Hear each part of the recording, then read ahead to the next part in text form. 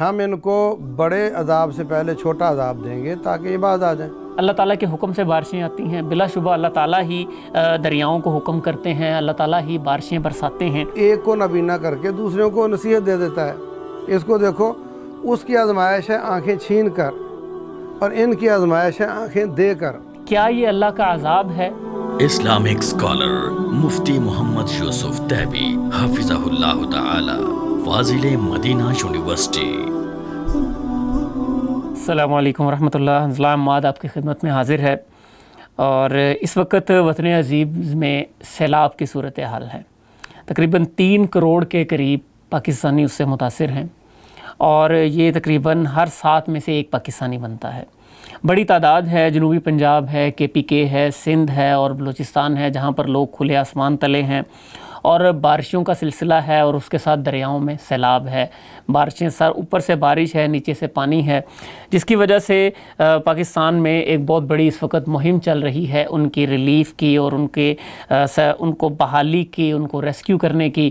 بہت زیادہ تعداد میں فلاحی ادارے، فلاحی تنظیمیں اور گورنمنٹ مل کر یہ سارا کام سر انجام دے رہے ہیں۔ لیکن اس کے ساتھ ساتھ ہی ایک بحث ہمارے معاشرے میں شروع ہو گئی ہے کہ سیلاب یقیناً اللہ تعالیٰ کے حکم سے بارشیں آتی ہیں، بلا شبہ اللہ تعالیٰ ہی دریاؤں کو حکم کرتے ہیں، اللہ تعالیٰ ہی بارشیں برساتے ہیں، لیکن کیا یہ اللہ کا عذاب ہے، یا یہ ہماری اپنی کوتاہی اور سستی کا نتیجہ ہے کہ جس کے نتیجے میں ہم آنے والی بارشوں کا پانی ہر سال یہ پانی سمندر میں ضائع کرتے ہیں اور اس سے ہم ڈوبتے ہیں؟ تو اس پہ ہماری رہنمائی کرنے کے لیے آج اسٹوڈیو میں موجود ہیں مفتی محمد یوسف تیبی صاحب۔ السلام علیکم ورحمۃ اللہ۔ وعلیکم السلام۔ جزاکم اللہ خیرہ شیخ صاحب، آپ نے وقت دیا۔ شیخ صاحب، جیسا کہ آپ کے علم میں ہے کہ وطن عزیز میں سیلاب ہے، اس وقت پاکستان میں ایک بڑی تعداد ہے، تو ایک یہ سوال ہے کہ اللہ کا عذاب صرف بیچارے غریبوں پہ اور کچی بستیوں پہ ہی کیا آتا ہے؟ یعنی ہم دیکھتے ہیں بہت بڑے بڑے سرکش لوگ موجود ہیں، اور تو سیلاب بیچاری ان غریب بستیوں پہ ہی آتا ہے، یا یہ ہماری کوئی کوتاہیوں کا نتیجہ ہے؟ بسم اللہ الرحمن الرحیم۔ اصل میں سوال یہ بنتا نہیں ہے، لیکن لوگ بنا لیتے ہیں خواہ۔ بات یہ ہے کہ اگر حکمرانوں کی کوتاہی سے آیا تو حکمران اس عذاب کا حصہ ہیں۔ بالکل، ان کے مطلب اللہ جب بھی عذاب نازل کرتا ہے وہ تو مطلب کسی جو اسباب کے ذریعے ہوتے ہیں نا، کوئی سبب بنے گا اس کا۔ اللہ تعالیٰ نے کائنات کو اسباب کے ساتھ جوڑا ہوا ہے، ٹھیک ہے، تو کسی نہ کسی سبب سے ہی ہوگا۔ ہم یہ نہیں دیکھتے کہ ہمارے اعمال کیا ہیں اور اس کی سزا ہو سکتی ہے، ہم یہ دیکھتے ہیں جی اس کا سبب وہ ہے۔ تو یہی انسان کی سب سے بڑی بدبختی ہے۔ یہ سوال جو ہے نا، یہ بدبختی کا نتیجہ ہے، اس میں کوئی شک نہیں کہ اللہ تعالیٰ ہماری بدعمالیوں کی وجہ سے برے حکمرانوں کو ہمارے اوپر مسلط کر دیتا ہے۔ اچھا، وہ بھی اچھے نہیں ہیں، وہ برے ہی ہیں تو آئے ہیں نا، وہ بالکل جب جوتیاں بن کر آئے ہیں، سزا دینے کے لیے آئے ہیں، تو وہ بھی برے ہی ہیں۔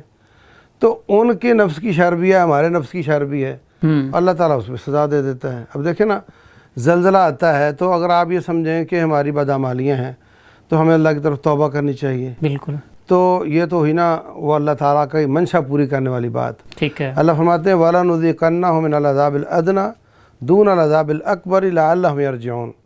ہم ان کو بڑے عذاب سے پہلے چھوٹا عذاب دیں گے تاکہ یہ باز آ جائیں۔ یعنی اس کا لفظ عذاب کا ہے، مگر یہ اللہ اس کے پیچھے بھی رب کی رحمت ہے، سدھارنا مقصود ہے۔ ٹھیک ہے، ایک بچہ ہے، وہ لیٹ آتا ہے، ہوم ورک نہیں کرتا، کلاس ورک نہیں کرتا، شرارتیں کرتا ہے، استاد اکتا چکا ہے اس سے، اس کو کچھ نہیں بولتا۔ اور ایک بچہ ہے، وہ ہمیشہ پنکچول ہے اور ٹھیک طریقے سے چلتا ہے، آج اس نے سستی کی ہے اور آج ہی استاد اس کو سزا بھی دے دیتا ہے۔ تو کیا استاد کی خیر خواہی اس کے ساتھ ہے، اس کے ساتھ ہے؟ یہ پنکچول والے بچے کے ساتھ ہے، یعنی وہی پنکچول ہے، اسی کو سزا ہو گئی ہے، اور آپ کہہ رہے ہیں کہ خیر خواہی بھی اس کے ساتھ ہی ہے، اور اس کا پتہ چلے گا نتیجے والے دن، کیونکہ وہ جس کو استاد کچھ نہیں کہتا تھا وہ فیل ہو جائے گا، یہ پاس ہو جائے گا۔ بالکل ایسے ہی ہے۔ تو یہ کہنا کہ جی وہ غریب لوگ ہیں ان کو ایسے ہو گیا، اور جو بڑے بڑے بدبخت تھے ان کو کچھ نہیں ہوا، یہ رب ذوالجلال ہے، ہمیں ان چکروں میں نہیں پڑنا چاہیے، اس کے فیصلے ہیں۔ وہ بسا اوقات ایک کو نابینا کر کے دوسروں کو نصیحت دے دیتا ہے، اس کو دیکھو، اس کی آزمائش ہے آنکھیں چھین کر اور ان کی آزمائش ہے آنکھیں دے کر۔ یعنی ہم یوں کہہ لیں کہ ایک منٹ، اب ان کو دی ہے اس سے چھینی ہے، بظاہر یہ لگ رہا ہے کہ یہ نابینا بیچارہ، میں کہتا ہوں یہ بینا بیچارہ۔ واہ، اب دیکھو نا، اگر آپ سے کہا جائے کہ سارے پیپروں کی تیاری کرو، انگلش کی فکر نہ کرنا، وہ میرے پاس ہی آئے گا، ٹھیک ہے، تو آپ خوش نہیں ہو جاؤ گے۔ ظاہری بات ہے کہ ایک کا تو نکل تو گیا، اس نبینے کو کہا گیا ہے کہ تو باقی پیپروں میں محنت کر، آنکھوں کی فکر نہیں کرنی۔ کیونکہ نظر ہی نہیں آنا۔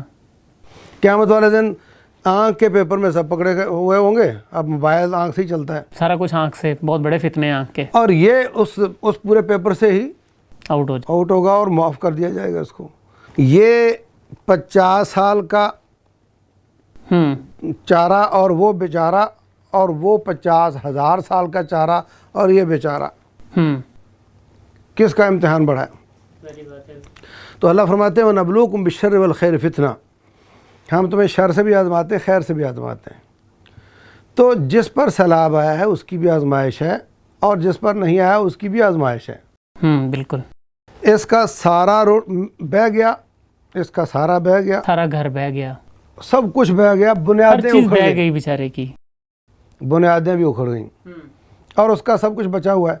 اگر وہ 5% بھی نکالے اپنی آمدن کا تو اس کا بہت کچھ ہو جائے گا۔ بالکل اس کا 100% چلا گیا ہے، اس کی بھی آزمائش ہے۔ صحیح ہے۔ اچھا آپ مجھے بتائیں کہ تھرپارکر میں زلزلہ آئے یا قحط سالی ہو اور کراچی والے تعاون کریں، ٹھیک ہے، یہ زیادہ بہتر ہے، یا کراچی میں بھوک آئے اور تھرپارکر والے تعاون کریں، یہ زیادہ بہتر ہے؟ پہلی بات تھرپارکر والے کیا تعاون کریں گے، ہاں، تو تعاون یہ کراچی اللہ والے تعالیٰ کریں گے۔ کی اس میں بھی دیکھو نا، آپ یہ دیکھتے ہو کہ کون گناہ گار، کون گناہ گار والی بات نہیں ہے، تھرپارکر والے بھی گناہ گار ہیں، کراچی والے بھی گناہ گار ہیں، اللہ تعالیٰ دونوں کو آزماتا ہے، ہم بھی گناہ گار ہیں، ہم بھی گناہ گار ہیں۔ بالکل، بات یہ نہیں ہے، بات تو یہ بھی اللہ تعالیٰ کی اس میں بھی شفقت اور رحمت ہی ہے کہ اللہ تعالیٰ ایسوں کو آزماتا ہے جن کا دوسرے تعاون کر سکتے ہیں۔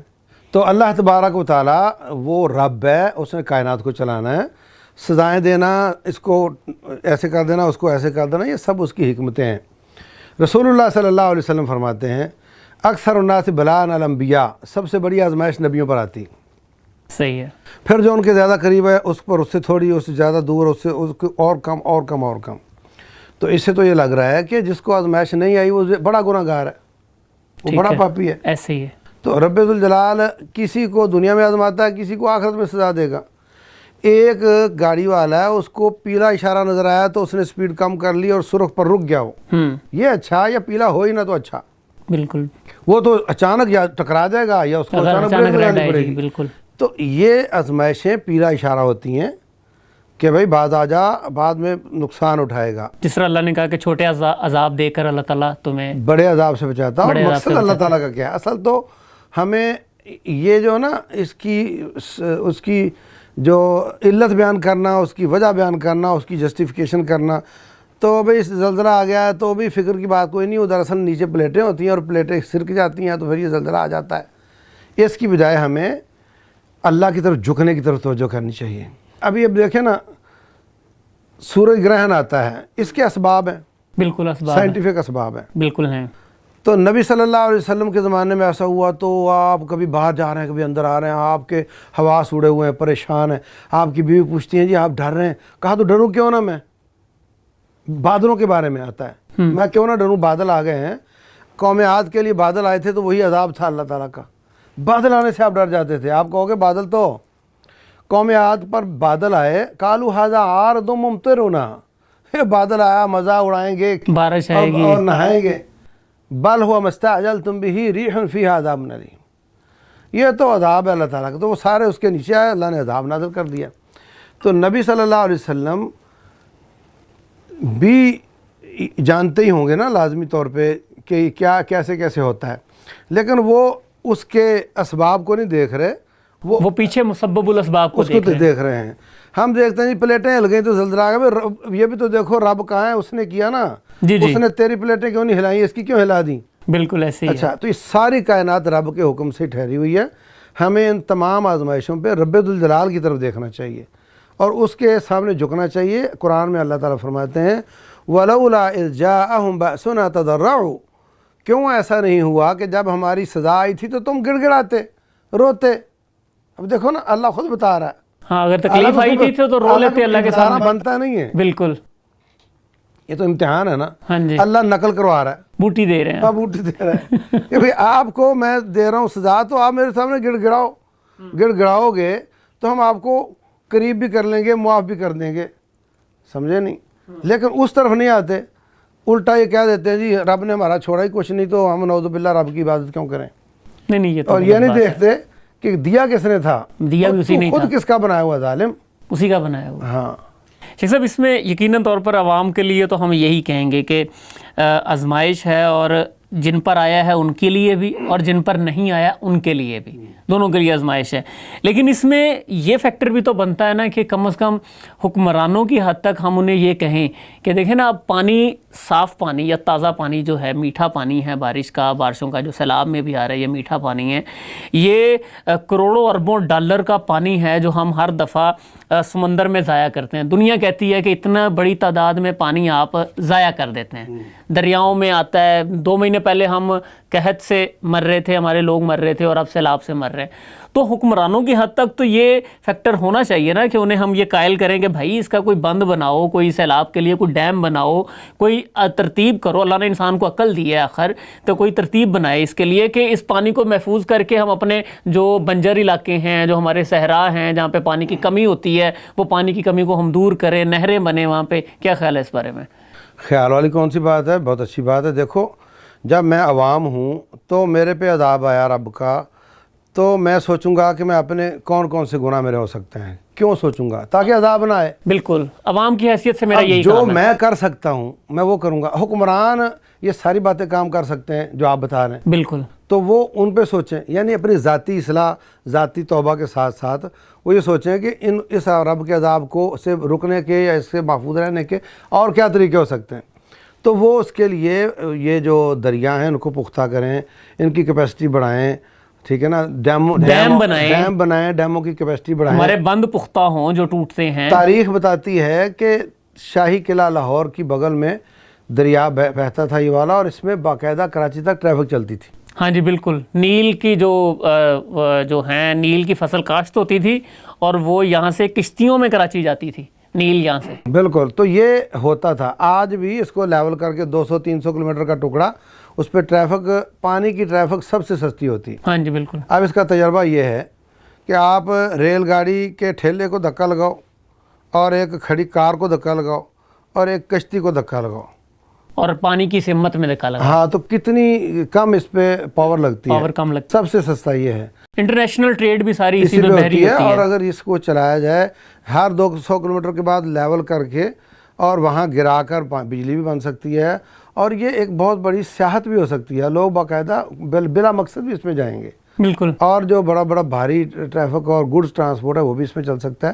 یہ بھی ہونا چاہیے. میں کہتا ہوں اب لاہور کی آبادی تقریباً 1.5-2 کروڑ, بالکل اسی طرح ہے. تو ہر گھر نے سوراخ کیا ہوا پانی نکالنے کے لیے. اور لاہور میں پانی کا لیول بہت نیچے چلا گیا ہے, خطرناک حد تک. ابھی راوی کے کنارے گلشن راوی ہے, اس میں جو گورنمنٹ نے بور کیے 1200 فٹ پر کیے ہیں. 1200 فٹ پہ پانی ہے. اب اندازہ لگائیں وجہ اس کی کیا ہے.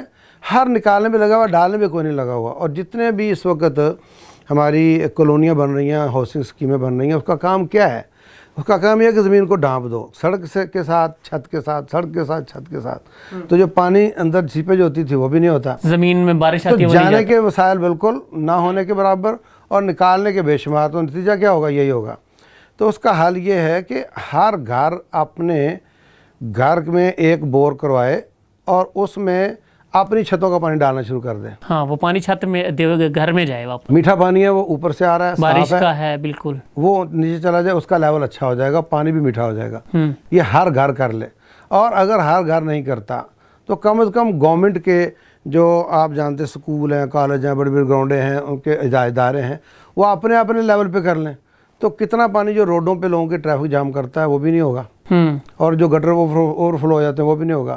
اور اس کے بعد جو آپ نے بات کی ہے کہ بڑے پانی کے لیے اس کا یوزیج بڑے دریاؤں میں بھی بورنگ ہو سکتی ہے, پانی نیچے جائے اور نیچے کا لیول پورا کرے, اور وہ سیلاب کی کمی کا سبب بھی بنے گا. اس طرح جب یہ آپ کا سارے دریا مل کر یہ سندھ کا دریا بن جاتے ہیں, تو سکھر کے بعد یا سکھر سے پہلے ہیڈ وہاں پاس سے جنت پہ۔ سیدھے ہاتھ پہ بلوچستان شروع ہو جاتا ہے۔ بالکل تو وہاں سے اگر بلوچستان کو سیراب کیا جائے اور وہاں پہ مطلب کم از کم آڑے وقتوں میں ادھر بڑے بڑے ڈیم بھرنے کی شکل بن جائے ہاں صحیح ہے، تو اس سے بھی ہم سیلاب سے بچ سکتے ہیں، اور پورا علاقہ بنجر جو ہے وہ آباد ہمارا علاقہ سیراب ہو جائے گا سارا۔ سیراب بھی ہو سکتا ہے، یہ سب کچھ ہو سکتا ہے۔ لیکن اس میں بدبختی ہے کہ یہ بلا وجہ اپنے اپنے صوبے کا کارڈ کھیلنا شروع کر دیتے ہیں، ہاں بالکل اور اغیار سے مفادات لے کر پاکستان میں ڈیم نہیں بننے دیتے۔ بالکل، تو حکمرانوں کو اس پہ ہوش کے ناخن بھی لینے چاہیے، اور عوام کو اویئرنیس بھی ہونی چاہیے، اس پہ عوام کو آواز بھی اٹھانی چاہیے۔ تو عوام کو اپنے لیول پہ عذاب کے اسباب کم کرنے کے لیے توبہ کرنی ہے، اور حکمرانوں کو اپنے جیسے میں لیول نے پہ عرض کیا کہ اپنے اپنے گھر میں بورنگ یا اس طرح کا سسٹم بھی کرنا جو چاہیے۔ وہ کر سکتا ہے۔ اور حکمرانوں کا چونکہ لیول بڑا ہے تو ان کو اپنے لیول پر اس سے بچنے کے لیے توبہ طائب بھی ہونا چاہیے، اور جو اسباب فراہم ہو سکتے ہیں، جو کام ہو سکتے ہیں، وہ بھی کرنے چاہیے۔ یعنی بات یہ ہے کہ انسان ہر فرد اپنی حیثیت میں سب سے پہلے توبہ کرے، بالکل تاکہ اللہ تعالیٰ جو مسبب الاسباب ہے وہ اس کی ناراضگی ہم سے دور ہو، اور یہ آزمائشیں اور عذاب کے سلسلے ہم سے ٹلیں۔ اور دوسری طرف اللہ نے ہمیں عقل دی ہے، اس کا استعمال کرتے ہوئے ان سے بچنے کا ہر ممکن حد تک ہیلہ وسیلہ اسباب کرنا چاہیے، تاکہ ہم یہ جو ہر سال ہی، اس دفعہ تو خیر بہت زیادہ سیلاب آیا ہے، لیکن ہر سال ہی کہیں نہ کہیں ہمیں سیلاب دیکھنے کو مل اور رہا میں ہوتا نے ہے۔ یہ بھی سنا ہے کہ بعض علاقوں کو سیلاب سے بچایا جا سکتا تھا، ہاں جی وہاں بالکل، پہ حکمرانوں نے اپنے مفاد کے لیے بن ادھر نہیں ادھر توڑ دیا اور عوام کو ڈبو دیا۔ کئی ایسی جگہوں پہ جنوبی پنجاب میں ہوا ہے کہ شہر کو ڈبو دیا گیا ہے، زمینیں کسی وڈیرے کی بچا لی گئی، یا اس طرح کے معاملات بھی ہیں۔ تو یہ تو کھلم کھلا اللہ کے عذاب کو دعوت دینے والی یہ بات تو ہے، مطلب رب کو عذاب اور زیادہ کرنے کی دعوت بڑھانے۔ ہے۔ اب دیکھیں نا، بارش ابھی تک نہیں رک رہی ہے، اور ابھی آگے مزید بھی امکان ظاہر ہو رہا ہے کہ بارشیں ابھی مزید بڑھیں گی آگے۔ تو اللہ تعالیٰ سے ہم دعا کرتے ہیں کہ اللہ تعالیٰ ہمارے ان جو لوگ اس سیلاب میں پھنسے ہوئے ہیں ان کی حفاظت فرمائے، اور اللہ تعالیٰ اپنی یہ آزمائش اور اللہ تعالیٰ اپنے عذاب کا یہ سلسلہ ہم سے ٹال دے، اور اس کے لیے ہم اللہ سے توبہ کریں۔ اور میری گزارش ہے ہمارے رسالہ ٹی وی کے تمام ناظرین سے کہ آپ ہر ممکن حد تک، کیونکہ یہ صرف ان کی آزمائش نہیں ہے، یہ ہماری بھی آزمائش ہے، تو سیلاب متاثرین کے ساتھ جو آپ کر سکتے ہیں وہ تعاون آپ لازمی کریں، جس حد میں ہو سکتا ہے، جس ممکن حد پر۔ بہت زیادہ فلاحی ادارے اس وقت موجود ہیں جو کام کر رہے ہیں اس وقت، ان کے ساتھ مل کے آپ یہ کام لازمی کریں، جس حد تک آپ تعاون کر سکتے ہیں ان کے ساتھ تعاون لازمی کریں، تاکہ ہم ایک قوم مل کر اپنے اس مشکل وقت سے ہم آگے نکل سکیں۔ اللہ تعالیٰ سے دعا ہے اللہ تعالیٰ ہمیں محفوظ کرے، اور اللہ تعالیٰ ہم سے یہ آزمائشوں اور عذاب کا سلسلہ ٹال دے۔ السلام علیکم ورحمۃ اللہ وبرکاتہ۔